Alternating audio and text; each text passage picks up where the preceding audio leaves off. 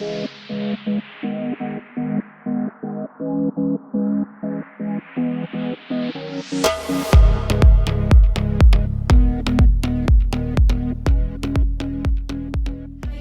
welcome back to my YouTube channel. If you watched part 1 of how to survive lockdown, you will know that this video will concentrate on the financial side of things, as I know a lot of you are currently worrying about your financial situation, which is completely understandable. Luckily, the government has announced an extension to the furlough scheme until the end of March, which is very promising, as obviously it does mean that a lot of you will hopefully get furloughed and you hopefully will still receive some money. But at the same time, it is at 80% rather than 100% of your normal salary, and that does make a difference to a lot of people, so it's important to address this. In this video, I basically want to tell you guys my 5 tips on how to survive lockdown financially. So without further ado, let's just jump right into the video. So tip number 1 is to learn how to budget. Now, this is vital. You need to learn how to budget. I'd go as far as saying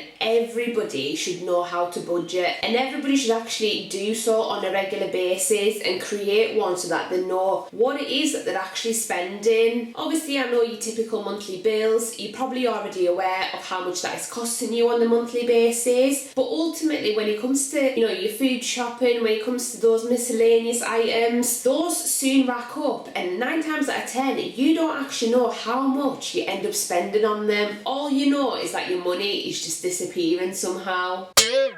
Now, there are different ways in which you can actually create a budget. Personally, I like to use spreadsheets, as that allows me to keep a better track of my expenses. I also have various bank accounts for various bills. Once again, that does make it easier for me personally to manage what's going out and when, but I know that's not for everyone. Alternatively, there are now a lot of budgeting apps that you can download for free. Now, I do know some of them link to your bank accounts. Personally, I'm not a fan of that, because ultimately you don't really know how secure they are, and your banking is something that you should take really seriously, and I wouldn't just give anyone access to it, if that makes sense. So if you are going to link your bank account to any budgeting app, make sure you read some reviews first and make sure you know who's actually got access to it, as the last thing you want is to get hacked. Now, I know a lot of you thinking, well, why should I budget? It's just a waste of time. For one, no, it's not. It is not a waste of time, as knowing exactly what you're spending will not only open your eyes, but it'll help you manage that a lot better. It's exactly like using MyFitnessPal for dieting. You could be sat there thinking, I'm eating in the calorie deficit, why am I not losing weight? Then when you actually start tracking it on MyFitnessPal, you soon realise that actually you are eating in a surplus, hence why you're putting on so much weight. It's the same with money. You might be thinking, oh, I'm not spending that much on this, I'm not spending that much on that, but when it actually comes down to it, and when you add it all up, and when you realise what's in front of you,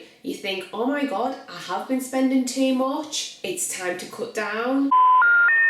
So it's definitely worth reviewing your expenditure just to see if there are savings to be made. Tip number 2, stop the takeaways. And I know that all you want to do when the situation is how it is during the lockdown, all you want to do is just eat. I mean, I know I do. All I want to eat is just bad comfort food. Now, takeaways are expensive. When you actually add up how much you are spending on one meal when you get a takeaway, and at the time you think, oh, I don't care, I just want my pizza, I don't care, I just want my Chinese. But ultimately, you are spending so much money on just one meal. And let's face it, it's not like it does you any good. So instead, plan your meals. What myself and Steve do, we always plan our weeks in terms of what we're having for food, and it makes food shopping so much easier. We don't find ourselves wondering, oh, well, what should we make tonight? Oh, we need to go to the shop again. Oh, sack it off, let's just get a takeaway. When we get a takeaway, it's because we genuinely want a takeaway, not because it's convenient to do so. So we do see it more as a treat rather than as a way of life. Always prepare your weekly meal plan, as it will make shopping so much easier, and it will ultimately save save you a lot of money. And if you guys want proof of that, do have a look at the programme called Eat Well for Less. It is amazing and it really opens up your eyes not only to how much you can save when you eat normal food compared to like takeaway food, but they also show you different brand swaps so you can see how much you could potentially save by swapping from a branded product to like a supermarket's own, where the quality is exactly the same but all you're paying for is the actual name on the packet. So yeah, give that programme a watch, guys, as I highly recommend it. Now this brings me nicely on to tip number 3, which is to never shop without a shopping list. And that is so important because I've seen it myself. You know, when I go to a shop with a list, I stay away from products that are not on the list. Like, I just buy what's on the list and then I go home. Whereas see if I go without a list because I'm just popping in to get one item, I don't need a list for that, and £50 later I've got a bag full of products I didn't need when I first went to the shop. That's why having a shopping list not only keeps you on track so you know exactly what you're there for, you end up actually staying away from the stuff that you don't need because you just want to go in there, do your thing, and then go home and actually probably cook a meal or spend that time doing something else. So yeah, the way this will save you money is that if you don't buy the items that are not on your shopping list, naturally that's a saving. And also when you make a shopping list, you'll always have the ingredients that you need to make a healthy meal so that you then stay away from your takeaways. So it's got many advantages, so utilise it. Tip number 4 is my all-time favourite, and that's to never buy at full price. I mean,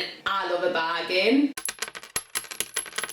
I mean, I'm yet to meet a person who doesn't love a bargain. It makes you feel so good when you actually get one. You think, oh yeah, I've wanted that for ages and now I've got it, you know, for £20 less. And let's face it, every single item that we can get our hands on that we actually need, that's another thing. Don't buy stuff because you want it, buy it because you need it. 9 times out of 10, there will be some sort of offer on that item. So if there's something that you've been wanting to buy for quite some time, keep an eye on it. You know, if at the point where you're needing to buy it, it's not on offer, have a look around on the internet because there will be a shop that does have an offer on it. Or if that fails, have a look on cashback sites, at least get cashback for it because ultimately that is still you getting money off the item that you wouldn't have otherwise had. So yeah, always shop around, always look for a bargain. And even when you're out food shopping, like I'm this bad, right? So I would like, if I want something that I don't need but I just want it, unless it's on offer, like I'll tell myself if it's on offer I'll get it for myself, but if it's not then I won't. And honestly I do it all the time. I get annoyed with myself for it, but it works. You know, it ends up saving me money because I'm not buying it. And I know I keep banging on about cashback sites, cashback apps. So I've popped in the description box below my link to Top Cashback, which I absolutely love. If you watch my how to save for a house deposit video, I've included within that video how much I've personally earned from Top Cashback, and it's probably more than you think, so do give that video a watch. But other cashbacks, especially for your food shopping for example, you've got Checkout Smart, Green Gin, there's Quidco, there's so many different ones that you can actually utilise. Honestly, all you have to do is just Google it and they're all there, and it will make such a difference to your shopping bill. Now, all the tips so far have been about managing your expenses, but sometimes you'll find yourself in a position where you physically cannot cut your expenses anymore. You're doing everything you can, but ultimately you're at a level where your expenses just cannot go any lower than what they currently are. And this brings me on to my final tip, which is pick up extra work. And I know you might be sat there thinking, well, it's easier said than done, there's no jobs out there right now. That's a lie. If you have a look on Indeed, if you have a look on Total Jobs, any of the job boards, you will see yourself there are a lot of jobs out there, because yes, a lot of businesses are struggling, especially kind of your hospitality sector,